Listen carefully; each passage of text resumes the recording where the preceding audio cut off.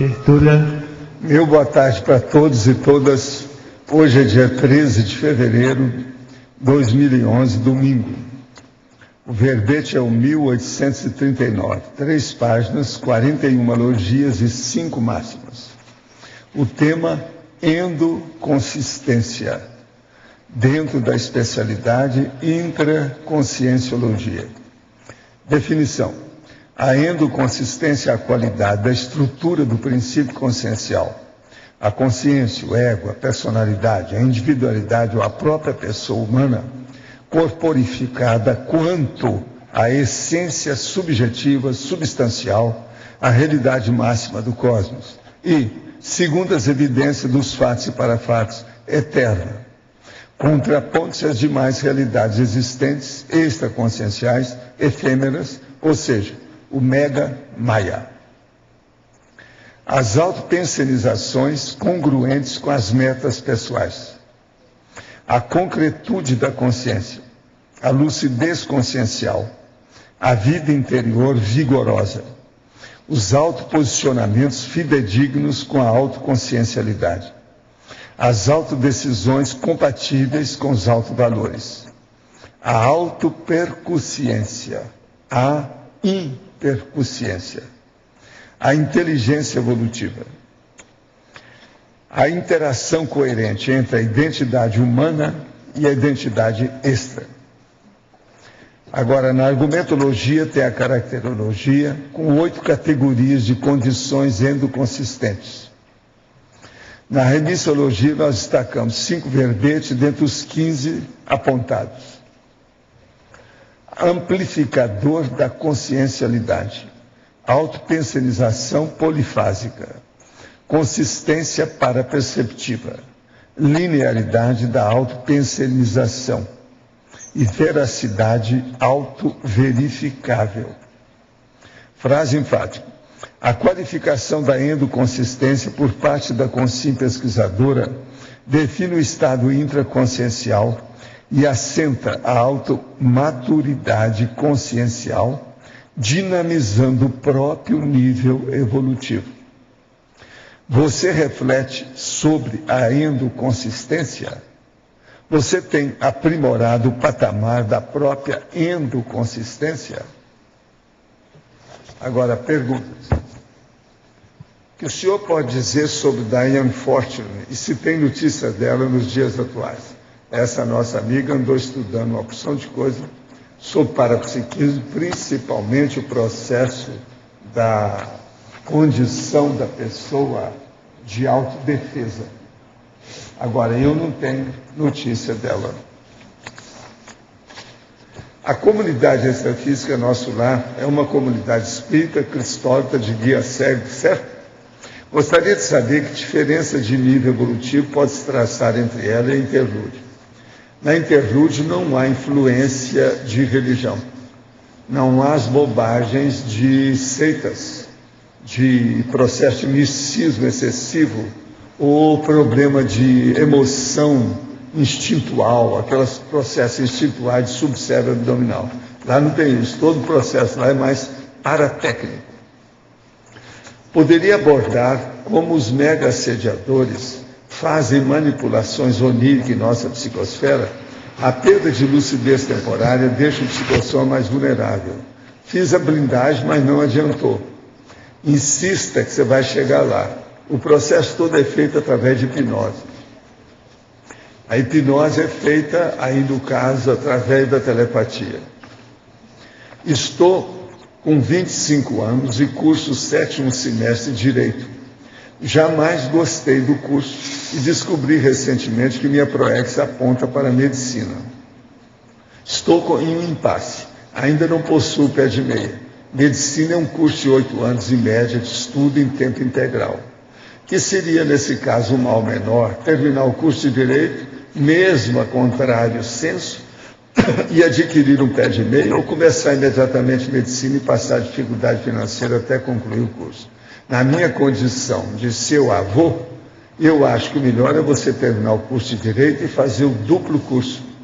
Se você entrou na faculdade de Direito, tem sua razão de ser, não deve julgar isso fora. Você já está no 7º semestre, é loucura, não deve julgar fora. Eu fiz odontologia primeiro, depois fiz medicina.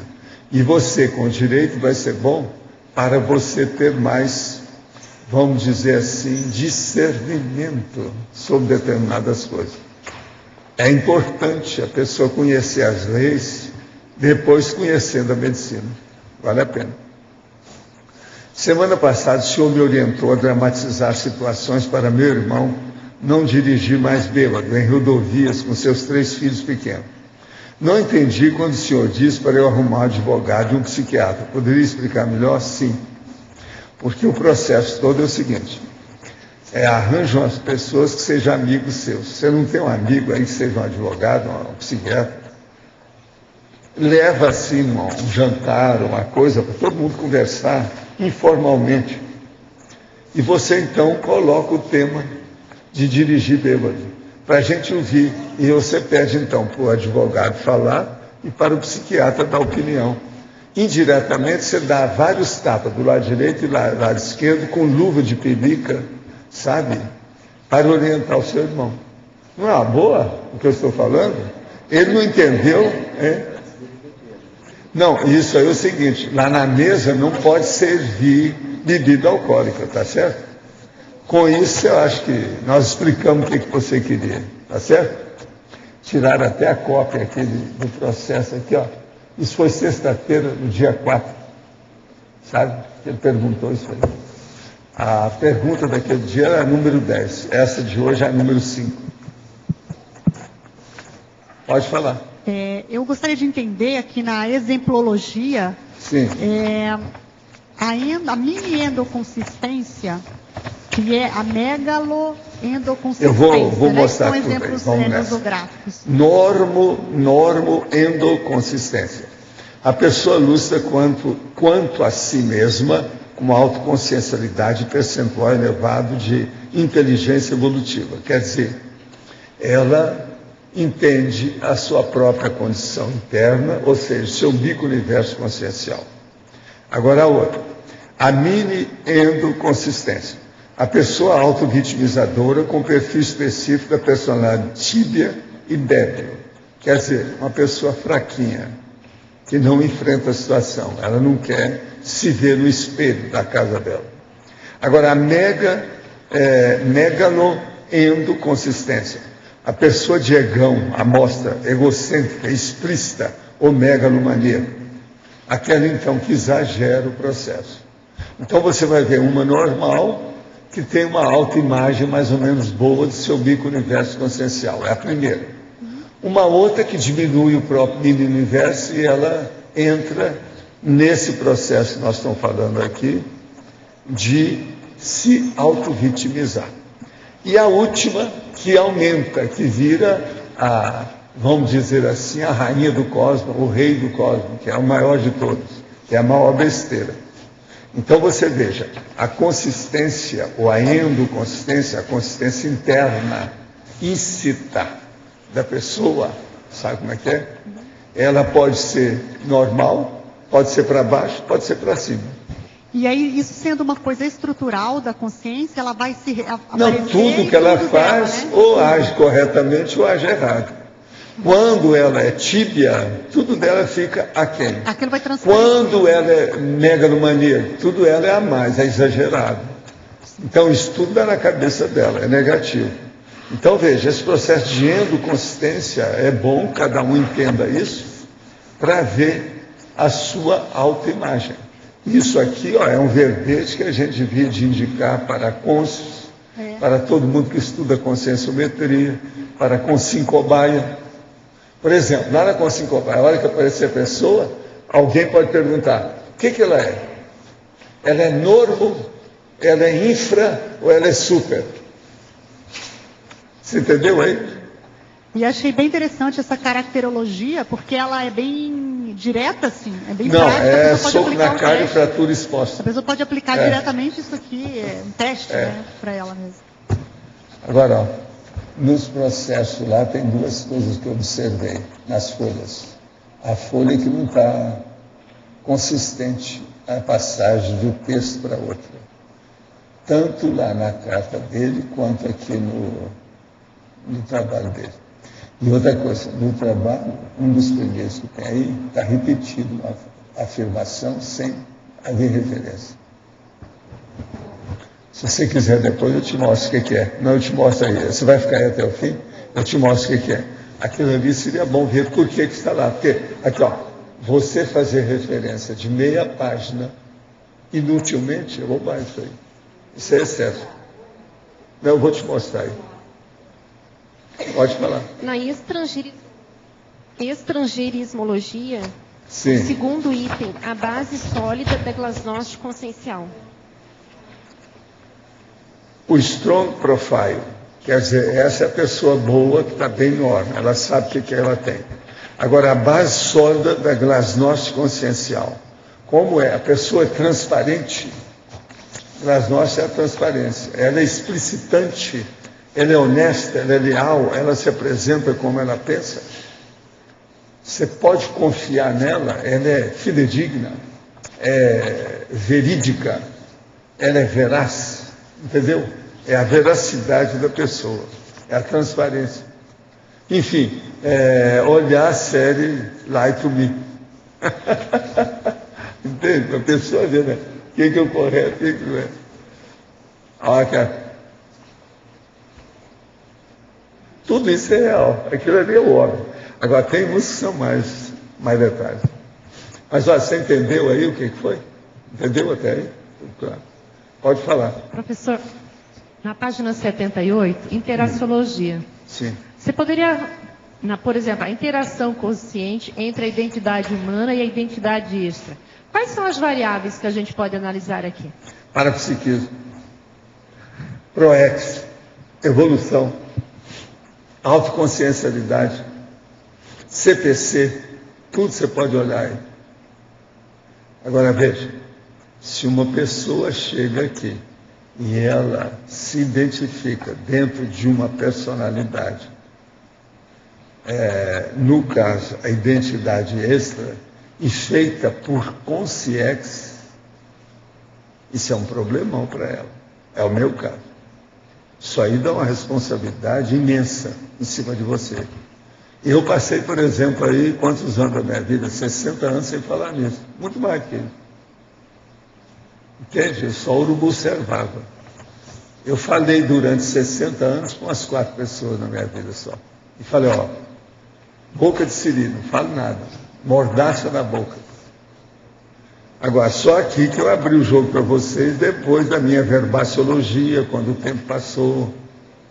E outra coisa, hoje, tanto faz como tanto fez, se admitir isso ou não, tudo isso fica secundário, isso tudo é moldura. Mas agora, para a pessoa, que é o meu caso, o processo da identidade extra é seríssimo. E eu levo isso em consideração. Saber disso. Agora, o melhor da história. Eu tive confirmação dessas coisas todas através de consciex. Agora, outra coisa, você vai me perguntar, consciex amparadoras ou assediadoras? E eu respondo para você, ambas. Entendeu? Então, por exemplo, o Zéfiro já tem muita gente atrás dele há muito tempo. Você está entendendo? De modo que, aqui no caso, a interação coerente é um processo que não pode perturbar a pessoa. Tem que enriquecer. Tem que ajudar ao trabalho interassistencial da pessoa. Aquilo não pode ser contra. Vai harmonizando o caminho da pessoa, né? A harmonia, o equilíbrio, tem que manter esse equilíbrio. Senão tem alguma coisa errada. Agora, do ponto de vista de esclarecimento, pensa bem como é que isso começa a afastar as paredes, as muralhas, os biombos, como é que chama aquele negócio que tem lá no discernimento, que a gente põe? Divisórias. Acaba com tudo isso. Parede, muralhas, muros, biombos, divisórias. É porque a consciência começa a ser a mesma no extrafísico e no intrafísico, né? Uma das piores coisas que tem na vida humana são os biombos, as paredes e as muralhas. Devido principalmente ao esquecimento. O esquecimento é a hipomnésia, que depois dá uma amnésia. E a pessoa perde os cons magnos. Está claro? Claro. O caso todo é esse. Gente, vocês vão notar o seguinte. Nós aqui não estudamos só a máquina do corpo, a gente estuda a máquina da consciência. A máquina da consciência dentro da fábrica do universo. Então, como é que isso funciona lá dentro? Tudo isso a gente está falando aqui dentro. Então, é um negócio para se pensar, seriamente.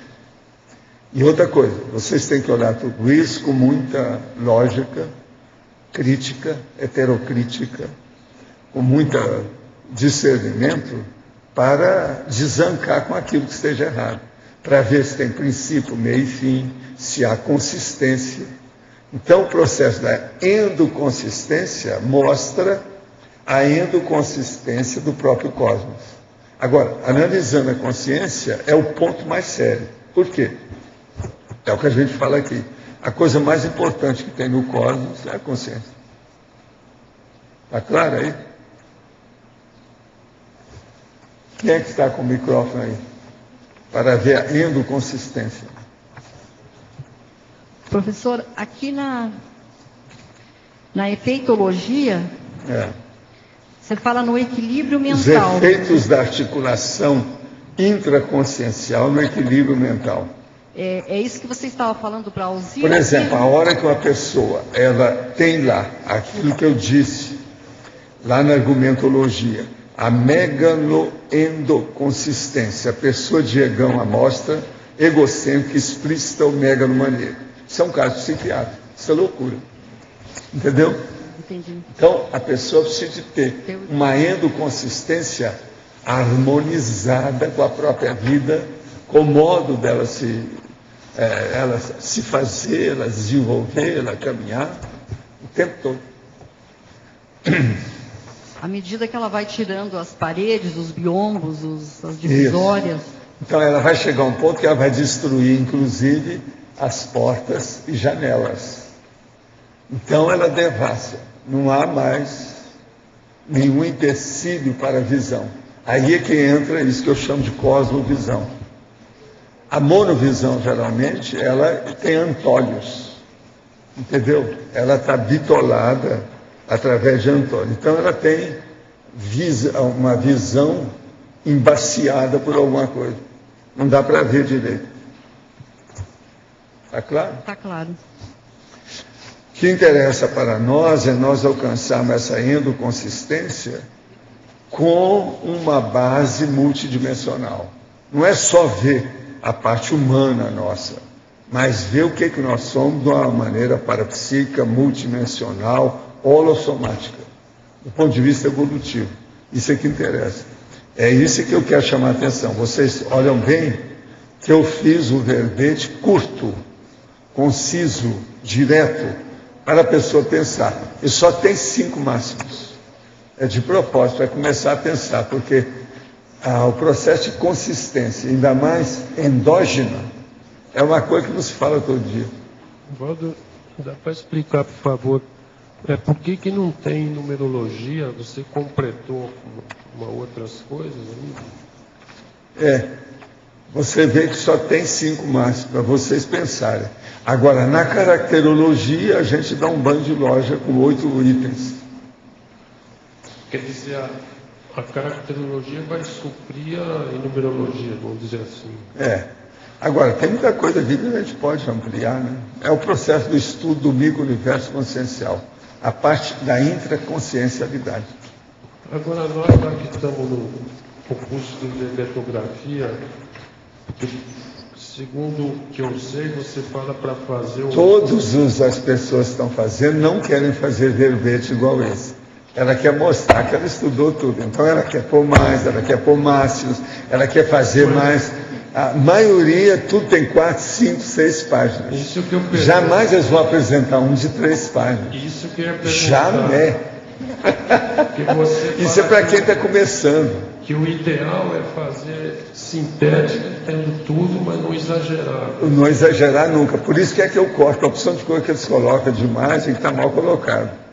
Eu andei cortando agora, esses 10 que vem aí, não cortei muita coisa, mas, por exemplo, determinados trechos, às vezes uma frase inteira, alguma coisa nesse sentido, eu tirei tudo fora.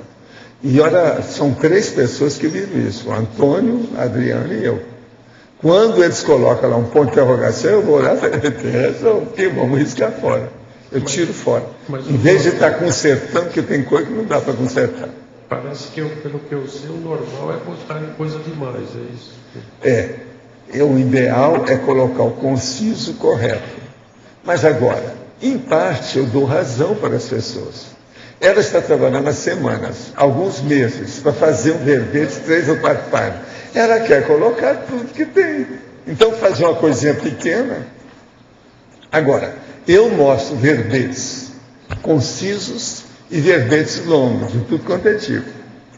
Então tem verbete de 10 páginas e tem um monte deles de 3 páginas. E não tem nada rebarbativo, isso também. Né? Pois é, isso não pode ter.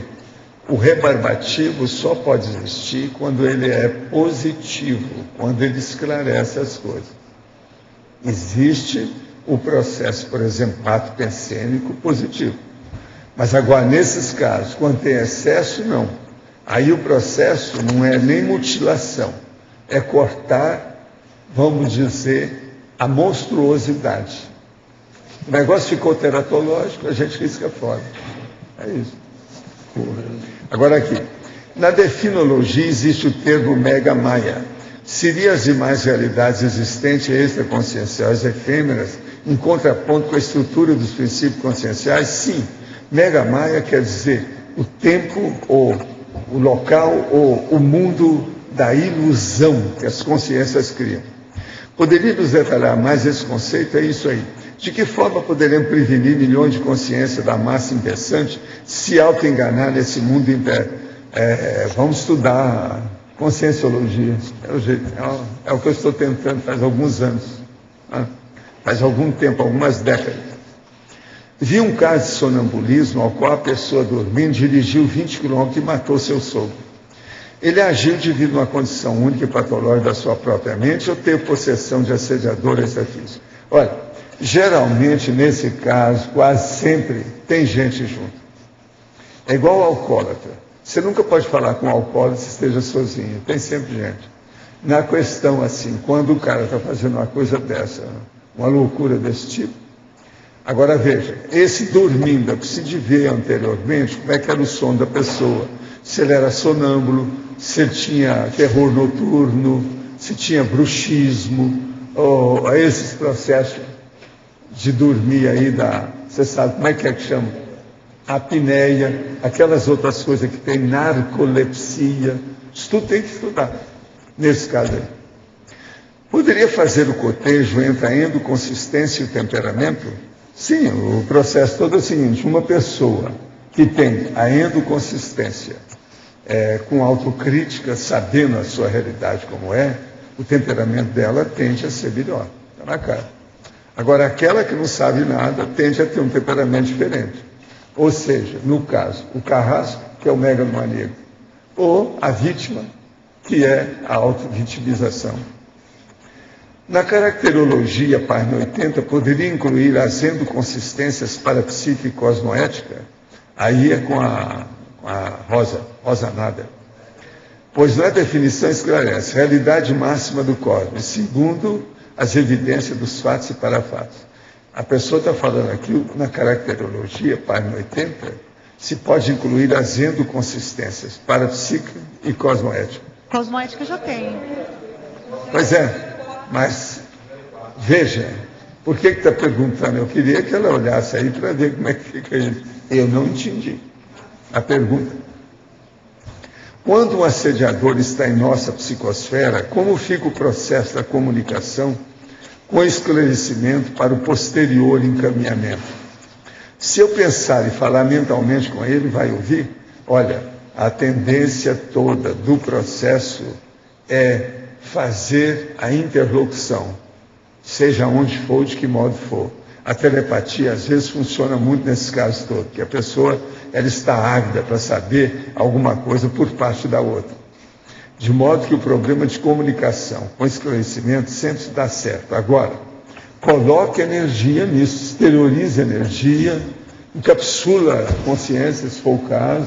Quer dizer, se vire, não é isso? Vamos nos virar. Esse é o caminho. Pode falar.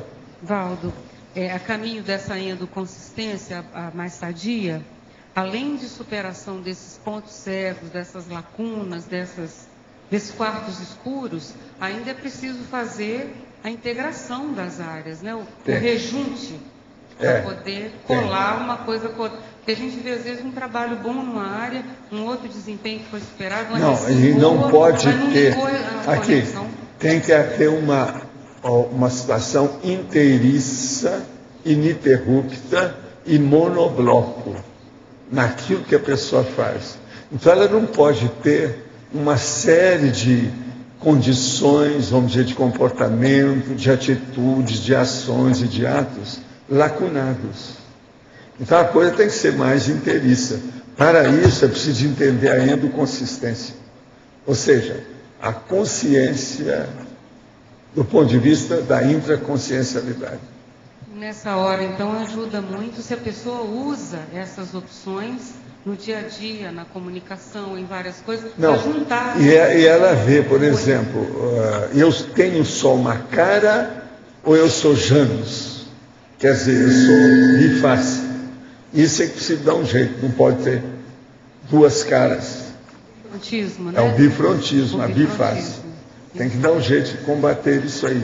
A pessoa tem que ser uma cara só, nessa dimensão e nas outras, aqui e lá fora. No esporte e na profissão, em casa e na rua. Na saúde e na pobreza. Na saúde e na pobreza, na dor e na alegria. No casamento e na morte. Até para morrer tem que ter elegância. Esse é o caminho. De modo que... Como é que fica? Professor aqui, olha. E como é que você mantém a elegância lidando com o bifronte? Porque em muitos momentos a gente lida com vários públicos. O bifronte só tem uma saída para ele, é você mostrar os fatos. Fazer a comparação dos fatos, que ele é o protagonista. Certo. Pronto. Mesmo que Contra fato, ele não pode argumentar nada. Tá. Agora, sempre no bifronte você vai encontrar inevitavelmente a incoerência, que não é paradoxo, é incoerência. Essa incoerência significa contradição. A hora que você mostra a contradição, a pessoa fica encantoada, ela não tem por onde fugir. Aí é aquela hora do law and order, ou dessas séries de criminologia, que o cara fala assim, aí geralmente cai uma lágrima aqui e outra aqui, que eles fazem tudo com água, né? Que o negócio caindo. Então, ele fala assim, como eu me arrependo. Não é isso? É isso aí. E tem cada artista ruim que é o negócio. Nessa hora eles mostram que são péssimos, né? Quando é bom mesmo, o cara mostra que é bom, mas quando é ruim também aparece tudo lá. Então tem uns meninos que eles colocam de vez em quando lá. Não, eu não desejaria, nunca pensei em matá-la. Entende? É justamente aí que entra. Então o bifrontismo vai até esse processo aí. Nessa hora tem que haver aquilo que na psicologia tem um nome. Como é que chama? Na hora que dá a reciclagem, catarse. Valdo, também na psicologia, cabe para o bifrontismo, é o ato falho, né? Que é intencional, que a pessoa revela ali um monte de intenções que ficaram camufladas, um esquecimento de uma informação, agora, o uso da informação. Outro nome que o povo aí não gosta de usar, mas que às vezes é mais completo, é ato falhado. O que você queria aí, Rosa?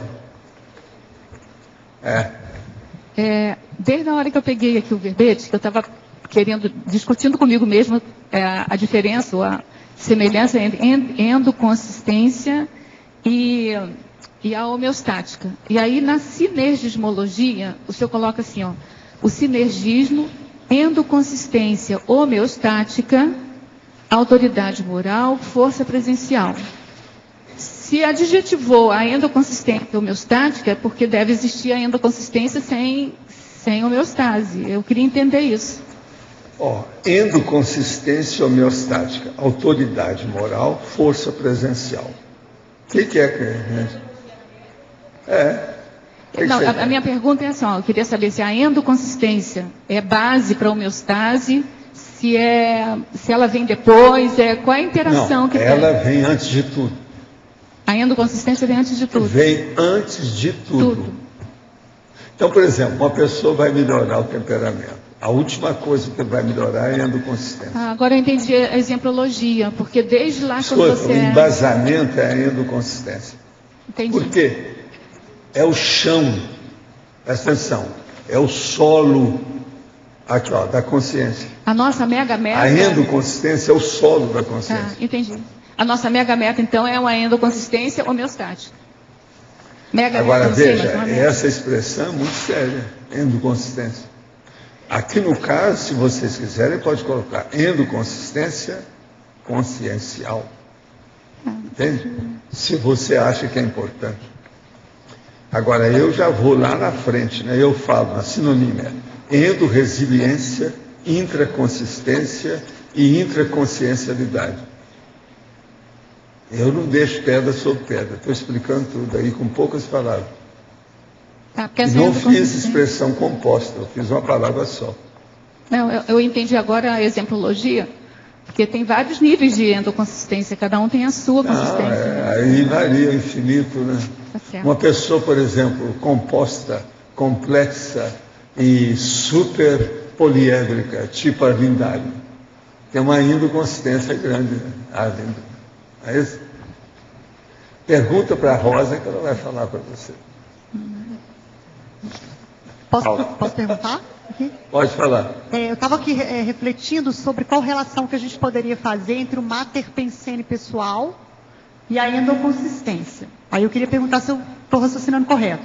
Que qualquer mater pensene que eu for estudar em mim, né, eu tenho lá, identifico um mater pensene, eu preciso verificar se eu estou tendo uma estrutura desse mater pensene como normo, como mini ou como megalomaníaco. Né? Você Por exemplo, tem se que eu for, olhar isso, então. se eu for estudar assim, Mas vamos olha, supor- tem uma série de condições que pode colocar isso. Porque qualquer Por mater exemplo, pensene uma pode das ter qualquer condições é o estrutura. seguinte: como é seu estado íntimo, seu ânimo pessoal? Você tem bom humor ou mau humor? Isso aí já vai mostrar a sua endoconsistência. Que está aqui na afetiva, né? É. Na questão Não, tem um afetiva. monte de condições que pode mostrar isso. É que o exemplo que eu estava pensando era assim, vamos supor que uma pessoa tem o mater pensene da assistência. Mas ela pode ter esse mater pensene dentro da norma endoconsistência, dentro da mini endoconsistência, ou dentro da ter megalo tudo isso, perfeitamente. Tá. Então é mais uma A ferramenta de situação é autoanálise. complexa. Agora, para examinar a pessoa, a endoconsistência é uma ferramenta, vamos dizer, profissional, de veterano. Olha que funciona. Ó, que a esquerda vê. Você essa semana comentou que o tenepsista, ele começa a atender as consciências dentro da sua TENEPS, são aquelas oriundas da sua paraprocedência, né, da própria paraprocedência.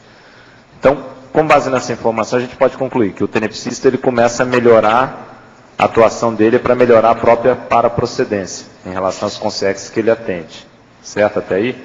Quer dizer, o raciocínio. Com base nisso, a gente pode falar... Qualquer coisa que a pessoa humana melhora aqui, ela está melhorando a relação com a paraprocedência. Com a paraprocedência. Qualquer coisa. Isso seria a conexão dos tenepsistas com o trabalho da reurbanização extrafísica, uma vez que eles estão... Também. Em relação. O processo da paraprocedência, ninguém foge dele.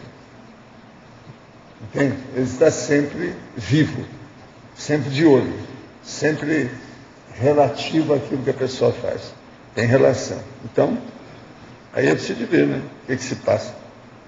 É uma pequena parcela que o tenepsista está contribuindo para a Reubex, uma vez que ele está melhorando a paraprocedência. De qualquer maneira. E agora vem depois o que ele faz. Qual é vamos dizer, aquele desenvolvimento das atitudes, do comportamento e a execução ou a concepção da programação existencial. Tudo tem aí. Agora, o que eu quero falar mais uma vez, eu vou repetir. A endoconsistência do ego, da personalidade, da consciência em si, ela é importantíssima para nós entendermos o nosso nível evolutivo sob qualquer aspecto. Ou sobre qualquer aspecto. Quer dizer, de qualquer modo que você vai estudar você, a endoconsistência tem que ser levantada. Ela tem que ser vista. E em relação à sua autoconsciencialidade, isso é importantíssimo. Você está ciente disso ou não?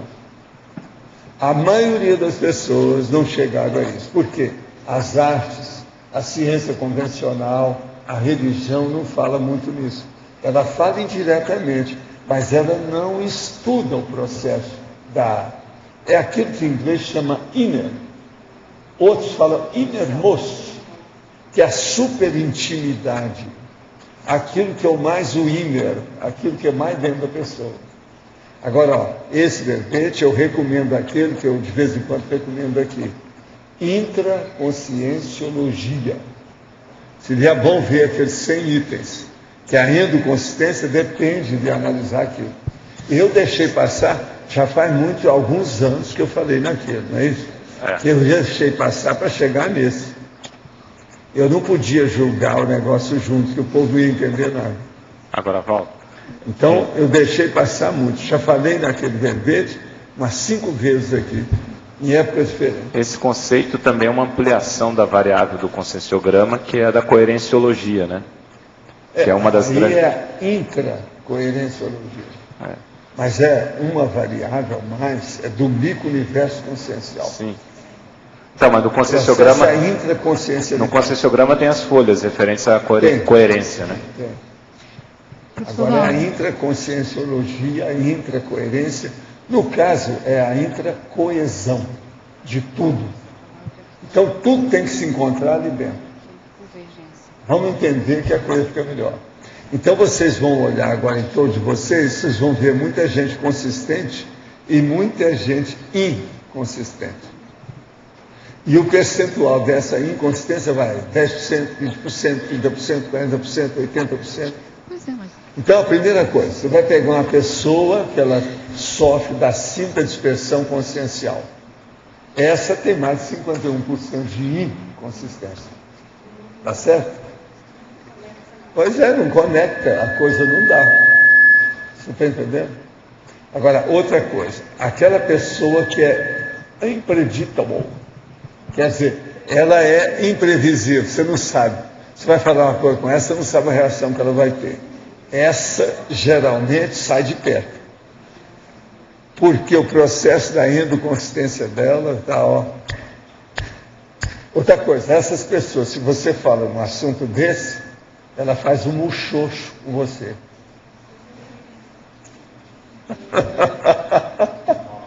Ela não vai querer, de modo algum, assumir uma condição dessa. Agora, quantas pessoas não são assim? Uma outra coisa, nós não podemos começar a falar nisso com muito assim. Por exemplo, isso aí é um tema que é preciso estudar na reaprendência, porque é difícil de abordar um jovem sobre a endoconsistência. As coisas dele são muito pululantes. Ele vive na pululância. Você está entendendo? Ainda não tem muita coisa assentada. O próprio cérebro dele ainda não é 100%. É no caso aí, um subcérebro. Querendo ou não. É o subcérebro da adolescência. Entende? Professor, sim. Aqui na B. De que maneira o desenvolvimento do parapsiquismo pode qualificar a endoconsistência? A hora que você estuda o parapsiquismo, você começa a examinar você dentro do holossoma. Você não vê mais o corpo humano apenas, você vê os outros veículos de manifestação. A partir disso, consecutivamente, a hora que você vê os vários veículos de manifestação, você começa a ver o processo multidimensional. A hora que você entra na multidimensionalidade, inevitavelmente uma coisa puxa a outra do ponto de vista dos efeitos imediatos, quer dizer, aqueles a longo prazo ou a longuíssimo prazo que você tem. Isso tudo envolve parapsiquismo.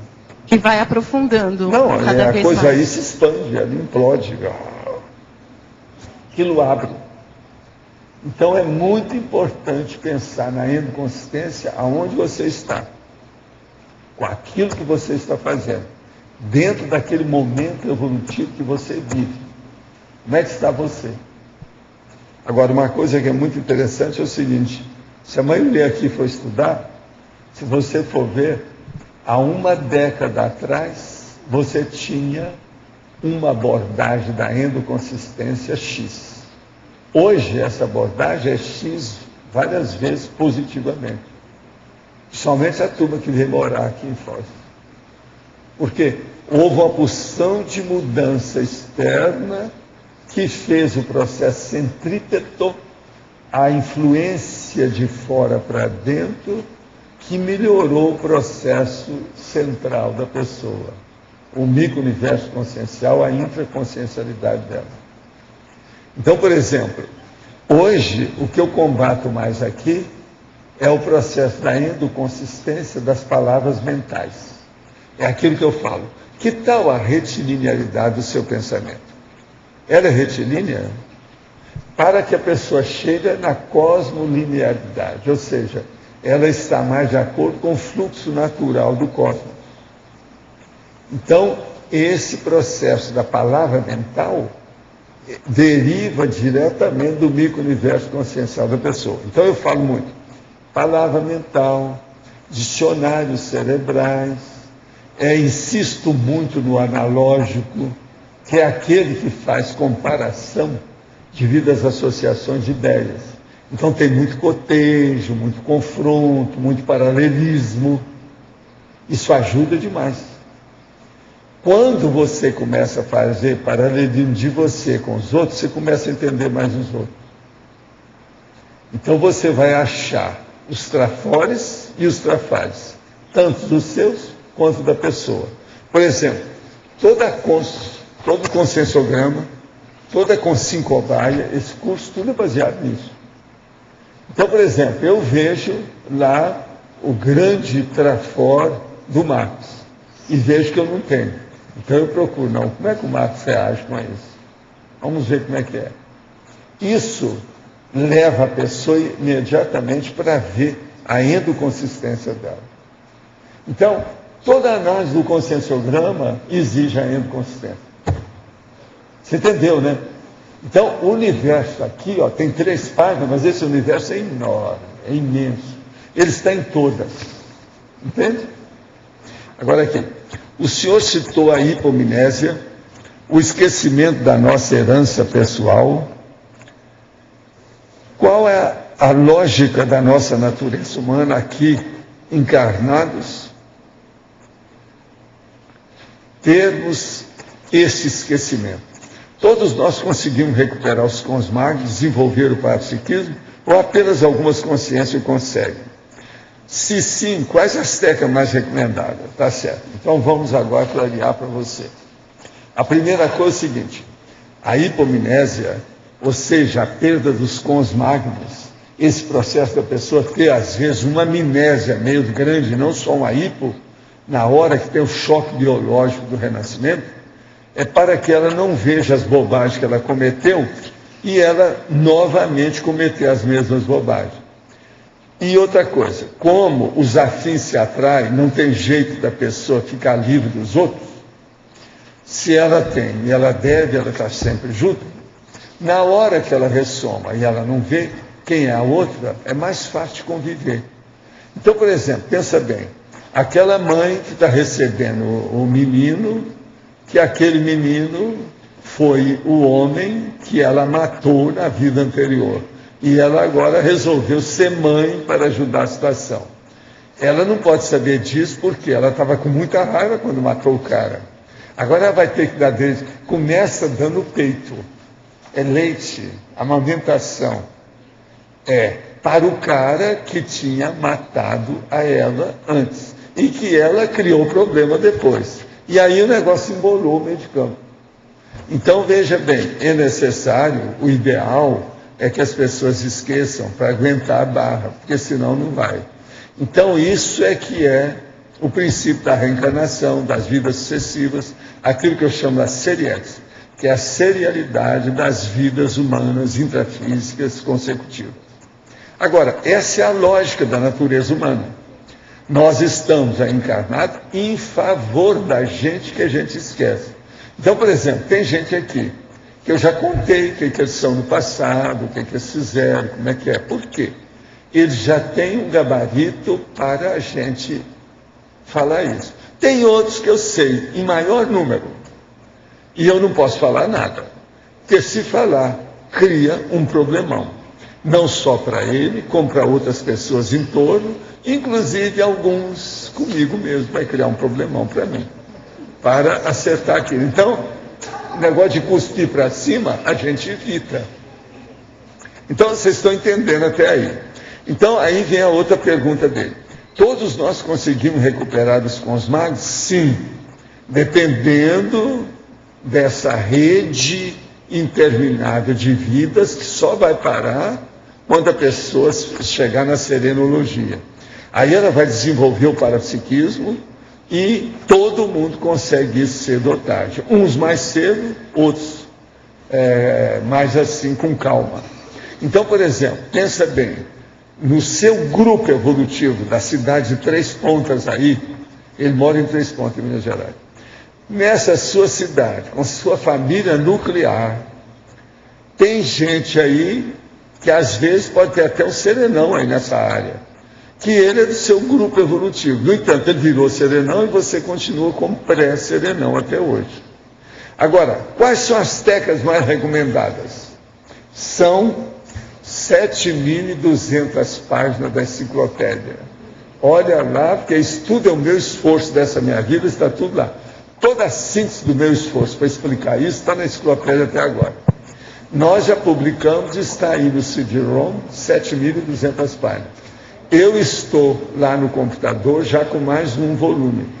Nós já temos 8.027 páginas. Cada volume é 900 páginas. Daqui a alguns dias nós temos mais um volume. Em vez desses 8, vão ter 9 aí, se a gente quiser. Vocês estão entendendo? E todas as técnicas estão ali dentro. Pode falar. Você falou de uma consciência que estava acompanhada de uma consciência há uns 40 anos, mais ou menos, que aí não era possível retirar. Como que fica a endoconsistência dessa pessoa com essa consciência, com esse assediador, digamos assim? O assediador, ele está pensando só numa coisa para combater a outra pessoa. Então ele só pensa no mal. É o giriz, a raiva, o ódio. Você está entendendo? É a represália, a vingança que a pessoa pensa. Então, esse é baratosfera total. Esse é que são os capetas, o Satã, o Satanás, o diabo. Entendeu? Mas como que a isso é dentro da pessoa, porque o diabo, o inferno ou o paraíso é de vida endoconsistência. Sim, então tem gente que tem muita endoconsistência, mas é bem consistente no inferno dentro dela. Aqui nós não temos isso mais. Já tem gente aqui que já está começando a ter um paraíso lá dentro. Uns já seguem na mega euforização. Aí já mostra, por A mais B, que a endoconsistência é paradisíaca. Quer dizer, a euforia. A primeira Cipriene. E no caso de ser afastado, esse assediador, ele continua com aquela... Não, ele não está afastado. Ele tem que enfrentar ele mesmo. Então ele tem que fazer uma reciclagem. Aí é o problema dele. Aí vai mudar. Aí é recim. A recim é a mudança da endoconsistência. Entendi. Agora veja, eu falei aqui, demais. Em euforia, Primener, Cipriene, mega euforização. Só agora que eu estou falando em endoconsistência. Vocês estão entendendo? Tudo isso tinha que trazer agora para expor isso aqui, porque senão não ficaria claro.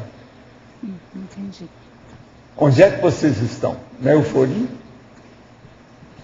Ninguém mais está aqui no princípio de Italião. Todo mundo já saiu dessa. Tá certo? Já é uma grande coisa. Mas então, De maneira geral, a ciência da personalidade, psicologia, psiquiatria, fala sempre de coesão com sinônimo de saúde. Mais coeso, mais saúde. Mais fragmentado, esquizo, fragmentou, doença. Entra fissura quando tem o segmento. Mas você apresenta, dentro da coesão, você apresenta exemplos patológicos também, coisa que a ciência não faz. Quer dizer, isso é uma contribuição completamente diferente, nova. Para eles é uma coisa natural. Coesão, saúde, fragmentação, doença. A nossa abordagem é diferente. É diferente. Agora, você o está abrindo problema outra todo, vertente. Malu, é o processo de fazer a abordagem da consciência inteira. É a diferencial holossomática. Aí é que é o processo. A endoconsistência, nós só podemos entender isso de uma maneira mais óbvia, evidente, mais clara, com a holossomatologia. É um exemplo claro de como a conscienciologia abre vertentes, filões, linhas, veios, completamente... Não, esses viés que todo mundo viu, a gente está falando aqui, por causa a inteiriça, a consciência inteiriça, inteira, integral, aquela que é vista em monobloco, era inteira. Eu estava falando... Não, a minha dúvida era isso, porque para mim tinha inconsistência, nem sempre era consistência. Mas essa maneira de abordar de vários níveis de consistência é um respeito ao nível evolutivo do outro também, né? Agora, vocês entendendo isso aqui, depois a gente pode aumentar o verbete. Pode ser coeso, inteiro... Depois entendemos que está aqui, né? Paulo, pode ser coeso, inteiro e patológico. Pode. Totalmente. Esse por exemplo, é o diferencial. O Hitler, na opção de coisa, era coeso, inteiro e patológico. Ele tem endoconsistência, né? Tem uma Ele tinha consistência. Entendi. Agora, consistência, por exemplo, ele contra os judeus. O tempo do mal, todo ele era do mal, contra. vamos dizer assim. Ele era antissemita o tempo todo, nunca mudou. Por quê?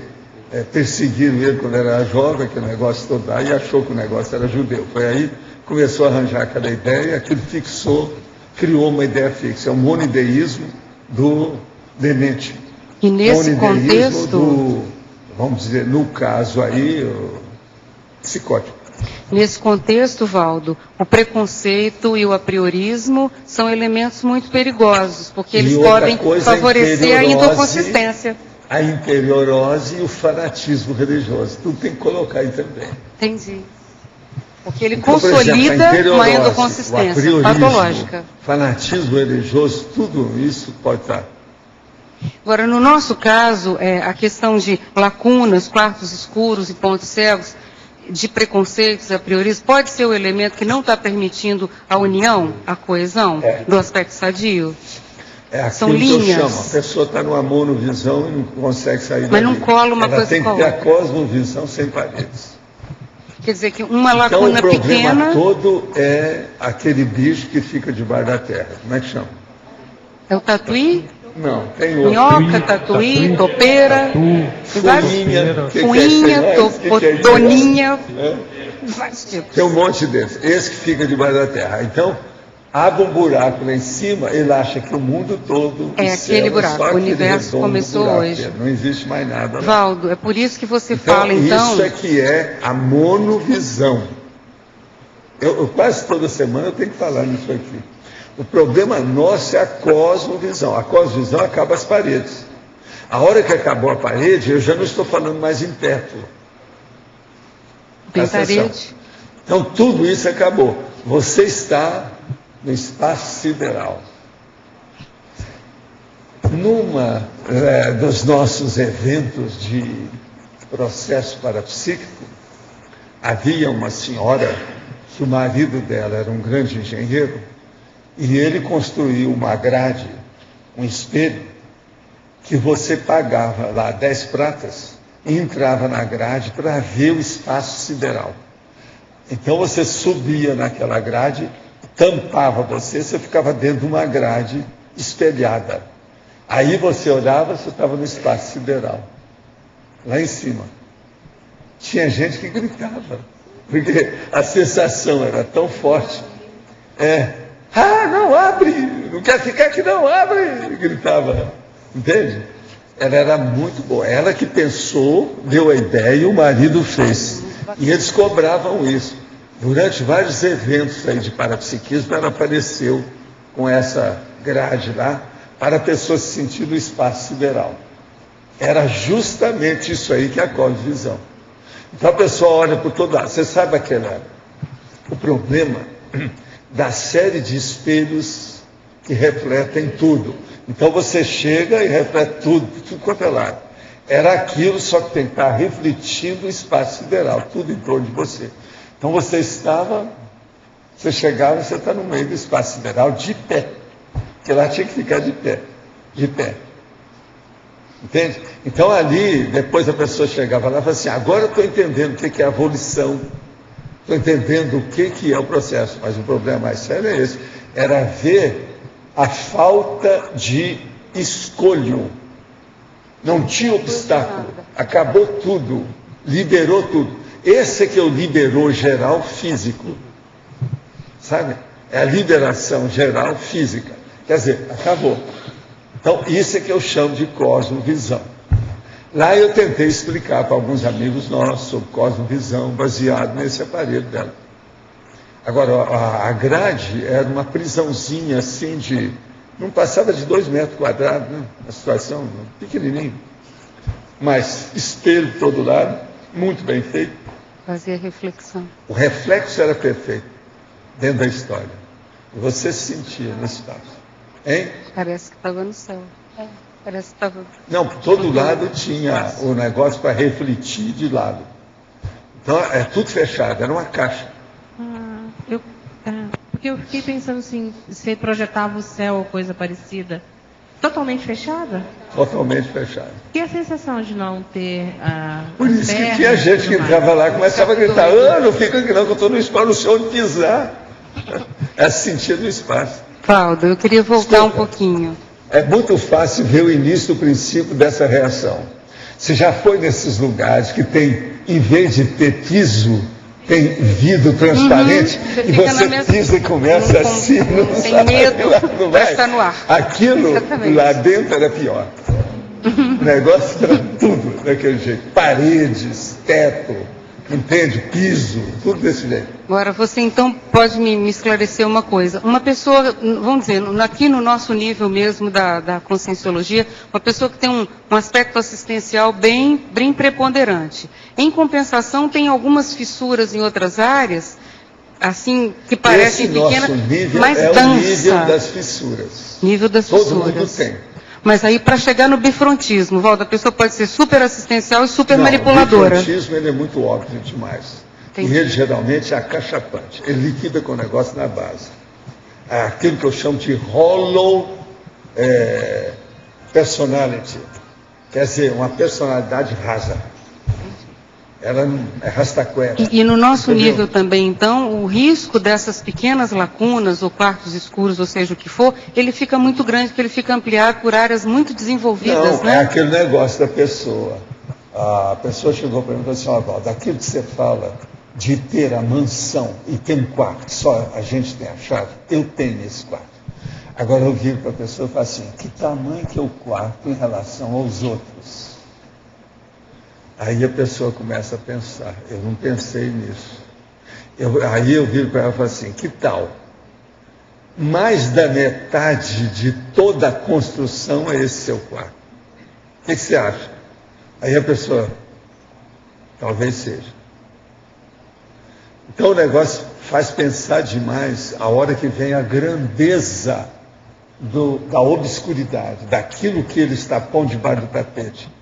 O escondimento dele, a extensão daquele escondimento, daquele acobertamento. Entendeu? Então é muito importante, na hora que você está examinando, quando é a pessoa em si, que ela reconhece que tem, você perguntar, vamos agora ver as dimensões dessa peça. Que tamanho que vai isso? Agora, depois que ele falar isso, você vai perguntar para ele assim, agora vamos na cronêmica, há quanto tempo você tem essa construção foi feita em que ano? Você está entendendo, né, o que eu estou falando? Agora, quando chega no nível desse, a pessoa desmonta. É preciso saber fazer. Eu já vi homem sério, de bigode grande, aquele negócio de chorar na minha frente aí. Agora, ainda bem que estava só nós dois, porque senão seria Que aí, em vez de você estar ajudando, você piora mais. É como se você pegasse a pessoa e jogasse na sarjeta, num buraco. Ela vai entrar no bueiro, a boca de lobo, vai piorar tudo para ele. Agora, que isso, você começando a examinar os detalhes do quarto escuro, isso é impressionante. É impressionante. Aqui no ar. É? Aqui no ar. Sim. Você comentou da questão do jovem, que ele tem a dificuldade de manter a endoconsistência, né? E eu queria que você falasse assim, da relação da técnica da INVEX, como que ele ajudaria na questão de conseguir obter a endoconsistência. Escuta, o processo do jovem, ele ainda tem muita coisa, como eu falei, pululante. As coisas são muito instáveis na vida dele.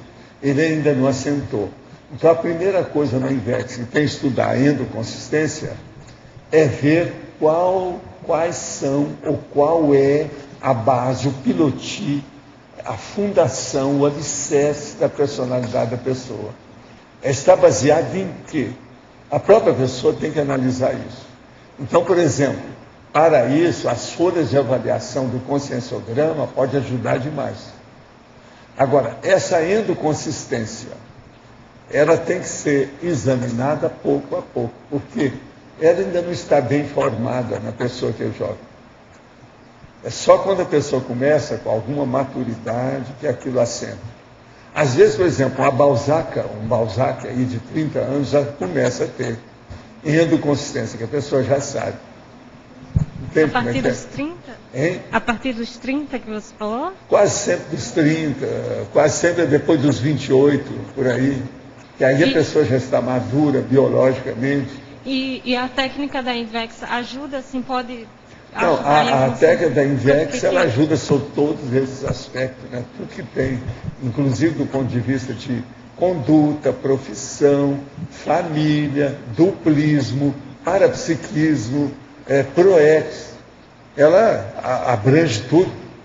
Agora, na questão da endoconsistência, a gente não pode exigir isso de gente muito jovem. Vocês estão entendendo, né, o que eu estou falando? Não é correto. Não é uma coisa... Tem que esperar, tem que dar um desconto. Aí exige um descontinho. Aí vale a pena dar o desconto. Tem que examinar. Você entendeu, né? E também em relação à questão do déficit de atenção que você também comentou, como que uma pessoa que... Déficit de atenção. Como que uma pessoa que tem déficit de atenção pode, assim, o que ela pode fazer para ajudar com... Presta atenção, retocognição, que você está perguntando. Déficit de atenção. A déficit de atenção. Não, déficit de atenção aí já é outra coisa. Tem que examinar, ver o caso, como é que é, ou qualquer coisa nesse sentido. Tem que ver, porque isso aí é complexo. Déficit de atenção envolve genialidade, infradotalidade, que é o contrário da genialidade. Envolve o processo de dislexia. Envolve uma série de condições. Tem que examinar o que é. Não é só hiperatividade pura. Isso tudo tem que examinar. Aldo, nessa questão das fissuras que você estava comentando, quando a gente traz esse assunto para a análise da família, por exemplo, o estudo da família, né, das características, tal, das personalidades dentro da família, pode ajudar na identificação? Pode ajudar, mas agora é bom fazer sempre com um grupo maior. Nunca fazer com um grupo menor, porque senão sai briga. Com um grupo maior, várias pessoas ponderam e dão opinião mais ou menos consistente a respeito daquela pessoa. Isso às vezes ajuda. Então, por exemplo, você pegar 5 pessoas da família, 4 tem a mesma ideia, que vão falar para o 5º, isso ajuda. Agora, se você pegar um e vai falar com ele, aí dá briga. Pode criar problema. Entendi. Então, o ideal é colocar mais gente. É como se fosse uma cariação familiar.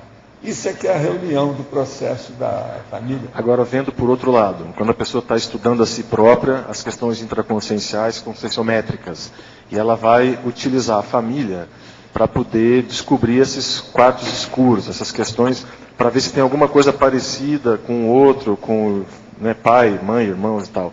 Isso pode ser uma técnica também para ajudar a pessoa? Isso aí é o que todo mundo faz. Ajuda, né? Claro, A maioria das pessoas jamais analisa a si próprias e ficam nisso. Ela analisa a si própria e depois analisa você, o seu vizinho, o irmão dela, o tio, a mãe, o pai, o diabo a quatro, o avô que morreu, o cachorro da casa, o gato do vizinho.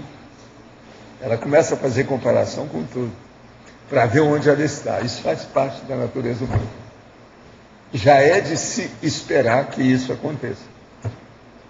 É natural. Natural. Todo mundo é assim. Bom, É uma coisa boa, é positivo. essa questão que você já tocou, identidade humana e essa, mas no caso seu e o Zéfiro, como é que é? Na questão de você e o Zéfiro, essa questão da identidade humana e extra, quais os pontos aí que entram nessa interação de... Aqui nós estamos falando, a interação coerente entre a identidade humana e a identidade extra. Você já tinha falado, mas eu queria saber... Pois é, eu, por exemplo, demorei muitos anos para tocar nesse assunto. Quando eu toquei, porque eu já tinha feito alguma coisa. Já pensou? Se eu, na mocidade espírita, ia falar, eu sou o Zé da Allan Kardec. Eles iam me crucificar naquela semana, capaz de colocar na fogueira, guilhotina, mais uma vez, quer dizer, mais uma vez... Agora, tinha que esperar, fazer alguma coisa, mostrar. Então, a pessoa tem que mostrar a que veio, ao que veio, para que é que você chegou. Você veio fazer o que aqui? Então, a hora tem que chegar. Agora, eu só vinha falar nisso depois que eu vim para a Foz, aqui com vocês, a hora que assentou o processo, depois de alguns anos de tertuliário.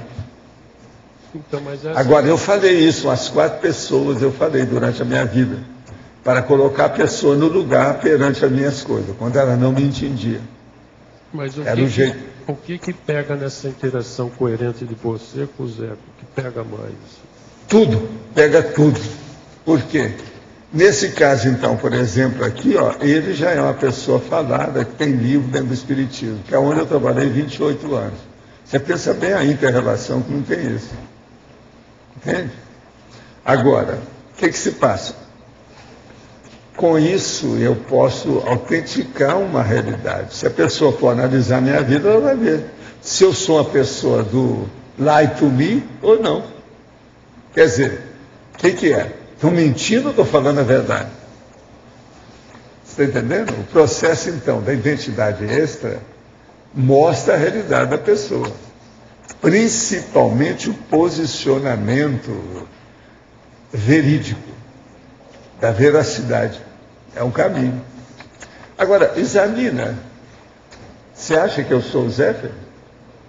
Quer dizer, um espírito amigo do Allan Kardec. Allan Kardec, um Allan do outro mundo. Você está entendendo? Era assim que a meninada falava na mocidade espírita. Allan Kardec, Allan do outro mundo. Você está entendendo? Fora de série, esquenta você no inverno. Era a marca Kardec, não, sai dela. É possível um inversor de alto nível estar vivenciando a fase da recomposição? Opa, acontece nas melhores famílias. Sabemos que o melhor refúgio para o inversor é o mental somático. Não é só refúgio, não. É um local de trabalho. Quais as dicas que o senhor dá para aumentar a força mental somática? Ler, estudar, pesquisar. Dízima periódica. Precisa de falar mais? Não, né? Provavelmente cada caso é um caso, mas sob a ótica da conscienciologia, de que maneira explicar o fato de pessoas ficarem muito tempo em coma ou presas a um corpo que não funciona mais? O processo é a biologia, é o corpo.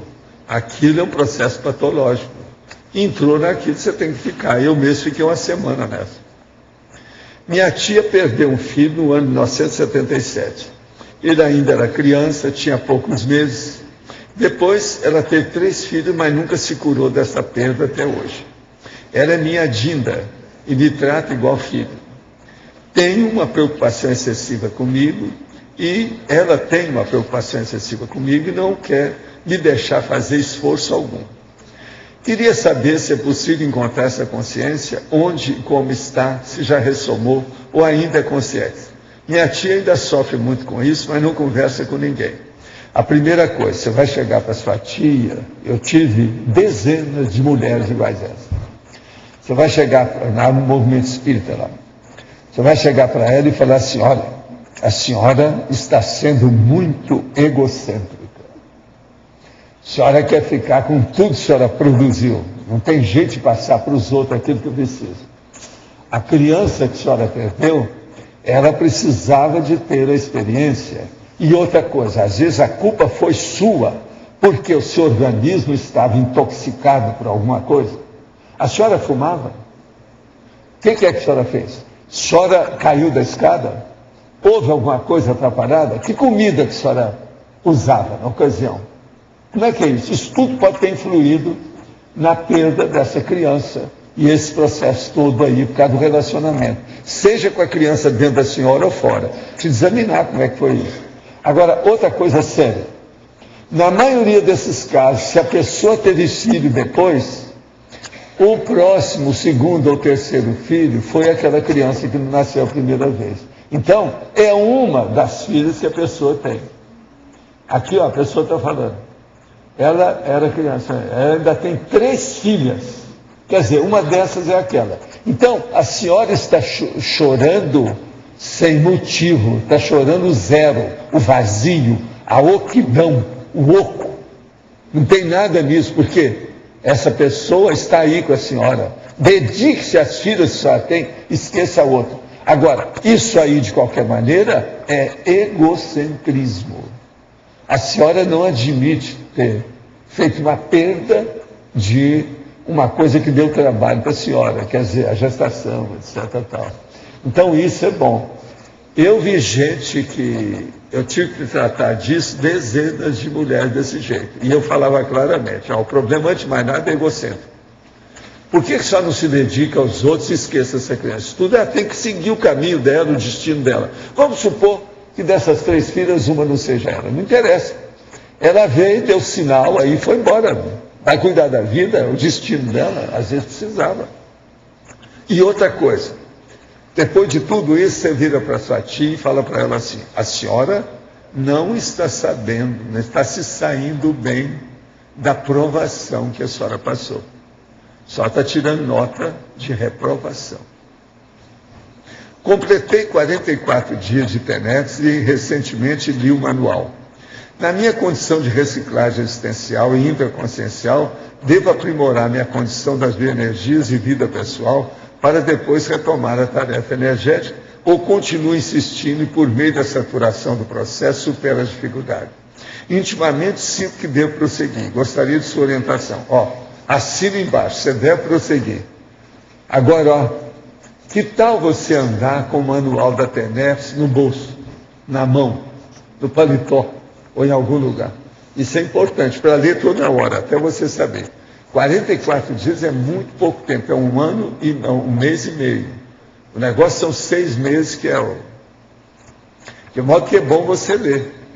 Que tal ler todo dia um pedaço, anotar, riscar?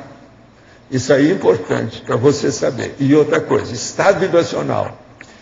Se você está ouvindo isso aí, faça estado vibracional agora, nesse instante. Vamos ver o que acontece.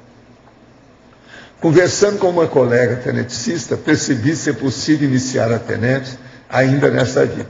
Coloquei a meta de começar neste ano. Li e reli o manual da TENEPS, isso aqui é outra pessoa, tá, gente? E estou conversando com mais colegas a respeito. Além disso, que otimizações e mudanças preciso priorizar para iniciar a prática. Olha, tudo aquilo que você é marginal, você deve cortar. Se há alguma marginalidade, ilicitude, qualquer coisa que seja dolosa, corta fora. Olha só o lado bom. E vê se aprimora esse lado bom. É assim que a gente melhora na questão da TENEPS e do manual da TENEPS, as orientações que a gente tem. Agora, procura fazer estado vibracional, exteriorizar a energia e ajudar os outros. Quanto mais você fizer, mais depressa vai ser o seu processo.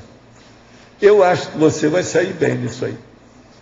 Eu já conheço as suas coisas que você tem perguntado aqui. Deve ser bom. Você vai sair bem. É uma coisa que eu estou sentindo aqui pela coisa. Professor? Eu conheço o nome. Sim. No dia 26 e 27 desse mês, daqui a 2 semanas... Alô? Alô? No dia 26 e 27 desse mês, daqui a 2 semanas, nós vamos estar discutindo sobre tenente. Que é o tenente Sograno. Então esses dois aqui, ó, poderiam aparecer. São 2 companheiros. Então são 2 dias que nós vamos ficar o dia todo trabalhando sobre no dia 26 e 27 desse mês. Então é daqui 2 semanas exatamente. Hoje é 13, 27, são 14 dias, 2 semanas. Certo? Paulo, aqui no meio. Na época do Zé, você já tinha a certeza de que precisava transformar isso ver isso de forma científica. E mesmo assim, Allan Kardec desencadeou pelo lado da religião. Essa coerência ou incoerência fez com que você nessa vida ainda tivesse que passar pela religião? Foi isso que ocasionou sua passagem? A gente tentou fazer, não, mas o meu processo maior não foi isso não. O meu processo maior foi por causa das minhas ligações com as pessoas do Espiritismo. A partir do próprio Chico Xavier e outros mais. Porque na época você ficava dando orientações para ele que ele escrevesse o que estava dentro do livro dos Espíritos, do livro dos Médiuns. Mas ele tinha que caminhar para isso. Mas é que ele estava muito doente. Já estava doente, alterado, etc. Tal. Você já tinha consciência disso naquela época? Como consciência, a gente sabe. Mas não dá para você passar tudo que você sabe dos outros. Gente, a coisa mais difícil é você passar uma coisa com uma pessoa com quem você vive com ela. Você às vezes vive 20 anos, como foi com o meu sócio. 12 anos a gente trabalhou junto. Ele não viu o que eu estava fazendo, a extensão disso. Depois que ele dê sombra, ele vem e reclama de mim. Nunca ele reclamou de nada que eu fiz. Depois que ele dê sombra, ele reclama. Sai dessa. Você está entendendo? Então, se aqui é difícil, pensa bem de lá para cá. É muito mais sério. Se cara a cara aqui é difícil, pensa bem de lá para cá como é que é muito mais difícil. Compreendo. Tá certo? Pode falar. Amém. Essa pergunta que veio sobre a pessoa a mãe, né, ter tido um aborto e depois aquela consciência ressomar alguns anos após, né? Na sua experiência, isso pode ocorrer com mudança de sexo? Ou, em geral, vem no mesmo sexo? Tanto faz como tanto fez. Isso aí varia infinito. Depende das necessidades daquele caso em si. Eu acho que tudo isso pode influir, mas é secundário. Agora, esses processos, por exemplo, da mãe perder uma criança pequena, tem 1001 fatores, né?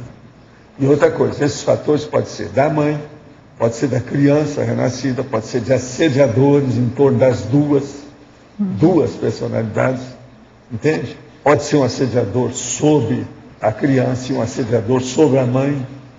Tudo isso pode. E nesses casos isso é muito comum. Por exemplo, tem caso desse, como esse caso aí, que são 4 filhas, isso geralmente tem relação com o pai. Quando tem muita filha, é o pai devido ao processo do passado. Então está na cara que deve ter assediador do pai que influiu nisso. Isso aí eu não toquei no assunto. Isso aí precisa esclarecer, melhorar a opção de coisa, quando a pessoa entendesse, para a gente poder falar. Isso seria um segundo tempo de transmissão da ideia. Por agora é só a primeira ideia mesmo.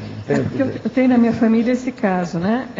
E aí eu sempre fiquei com essa dúvida se eu poderia ter essa hipótese de ser uma repetição da consciência devido à mudança do sexo. E assim, caso isso seja possível, a mudança de sexo aí é secundária, porque quando tem que mudar, aquilo já vem na hora. Entendeu? Não é bem assim, não. Agora, o processo são os conflitos existentes entre as consciências. Esse que influi mais nesses choques que criam a dessoma prematura. Outra coisa, às vezes a dessoma não é prematura. A criança veio para passar alguns meses só, ou viver algum tempo curto. Isso é que eu chamo de mini proecto. O caso da minha família foi assim, no parto. Era um problema de RH, na época não era conhecida a questão de RH, então havia um conflito do RH da mãe com a criança. Né? Então, foi ali no parto, realmente, de uma coisa que 2 anos depois já era conhecida e contornável, né? Uma outra coisa, se observa também uma coisa. A maioria desses casos se dão com a primípara. Primípara é a mulher que tem o primeiro filho. Sim, maioria é o primeiro filho. Por quê? A fábrica não é boa. A linha de montagem ainda não foi estabelecida. No caso do RH... Então depois vem tudo arrumado, porque o processo é sério. Mesmo quando a fábrica fecha e depois reabre, é um problema, é o meu caso. No caso do RH não, porque só acontece na repetição, né? Aí não seria na primípara, mas vai ser adiante. Agora, você vê, as pessoas às vezes não estão preparadas para fazer a TENEPS. Certas mulheres não estão preparadas para parir, para dar à luz. E por aí vai, a vida é assim. Tem gente preparada e tem gente despreparada. Então, esses abortos em série seria um ajuste? No fundo, aquele acidente evolutivo aí da roça. Não, e aquele negócio da mãe que faz tudo e sempre perde a criança. Sempre dá o processo. Isso aí não é fácil. Natimorto, etc. Tudo tem sua razão. A Monique, né? Então, o problema de maternidade é preciso de ver, com muita calma, de ser complexo, né? Envolve muita coisa, no caso, indivíduo, principalmente o conflito interenergético. Entre a energia da mãe e daquele que está renascendo, a consciência que está renascendo. Esse conflito é o mais bravo. Por isso é que a coisa mais brava que pode acontecer num parto é a eclâmpsia, que é a intoxicação máxima da energia. Então é pensar nisso. Agora, uma mulher deve estar sempre de olho. Eu, por exemplo, quando via que a menina está lá, é primípara, a primeira vez, jovem ainda, cheia de vida, não tem nada, e ela começa a vomitar sem parar. Isso aí abriu o olho. Olha, prepara a sua vida, olha tudo que você está fazendo, vamos ver quais exercícios que você faz, tem que melhorar todos os conflitos, arranjar um holopensene adequado, isso é importantíssimo. O vômito, na questão da gravidez, o povo ainda não dá valor para isso. É porque tem mães que enjoam muito e outras não. É um ponto de alerta. Porque tem mulher que às vezes tem uma criança, ela tem a gestação, gesta tudo ali, sem ter vômito, sem nada, não sente nada.